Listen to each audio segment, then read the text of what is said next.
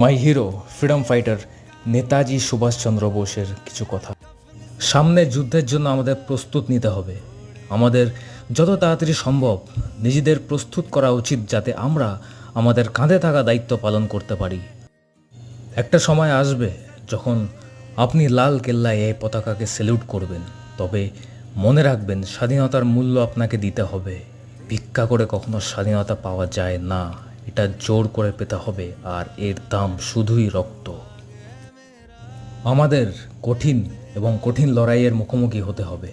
আপনাকে সমস্যা এবং অপ্রত্যাশিত বিপদ সহ্য করতে হবে, তবে আপনি যদি পরীক্ষাগুলি সহ্য করেন তবে আপনি মুক্ত হবেন। আমি আত্মবিশ্বাসী যে আপনি আপনার লক্ষ্যে পৌঁছাবেন এবং আমাদের দরিদ্র ও নিম্নপদস্থ দেশকে স্বাধীনতা। উই ওয়ান্ট জাস্টিস অ্যান্ড আমরা পাবো জাস্টিস। জয় হিন্দ।